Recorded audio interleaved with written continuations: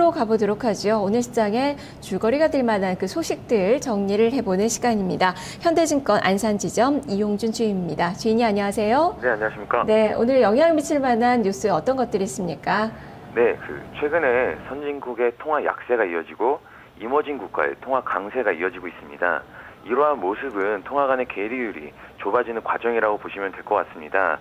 그 기간 자체는 길지 않을 수도 있지만 이런 괴리율이 좁아지는 과정인데, 따라서 최근에 원화가 강세가 이어지고 엔화가 약세가 이어지면서 엔화 약세에 따른 수혜주에 주목을 할 필요가 있어 보입니다. 두 가지 측면에서 접근을 할 수 있는데, 엔화의 부채가 많은 기업과 일본으로부터 수입 비중이 높은 기업에 접근을 할 필요가 있어 보입니다. 엔화 부채 수혜주와 일본 수입 비중이 높은 기업 명시를 지금 방금 해드렸는데, 더 많은 기업들이 있지만 최근 수급과 차트상의 접근이 좋아 보이지 않아서 좀 빼드렸고, 이제 대형주 위주로 좀 안내를 드렸습니다. 이제 관심을 가져보시면 좋을 것 같습니다. 이제 두 번째입니다. 카카오톡이 카카오 슬라이드를 출시할 계획을 발표했습니다. 카카오톡과 함께라면 대박이라는 이야기가 있는데, 따라서 이번 카카오 슬라이드에 대한 기대감이 커지고 있는 상황입니다. 카카오 슬라이드가 무엇이냐면, 우리가 흔히 이북이라고 이야기를 합니다. 이북 같은 거는 이제 핸드폰 혹은 태블릿 PC 등 이제 휴대용 단말기나 혹은 이제 PC 등을 이용해서 책을 보는 것을 의미합니다.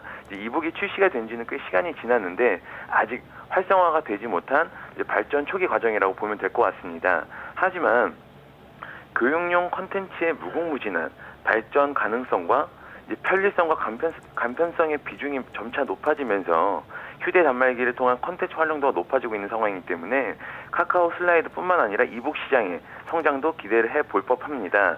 카카오 슬라이드에 대한 기대감이 큰 이유로는 카카오톡이 창사 이후 처음으로 이번 3분기에 흑자 전환에 성공을 했는데, 카카오톡과 연동된 게임 출시가 큰 이유이기 했습니다.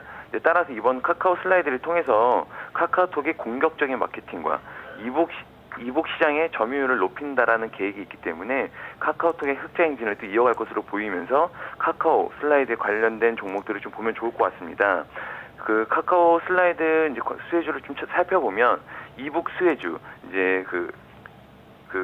태블릿 PC나 PC로 볼 수 있는 책 같은 걸 발행하는 이북 수혜주와 트래픽 감소 수혜주, 그리고 결제 수혜주 등에 좀 접근하면 좋을 것 같은데, 결제 수혜주 같은 경우는 최근에 좀 수급 자체가 그렇게 좋지 않고 차트상으로 접근이 조금은 주의를 할 필요가 있어 보입니다.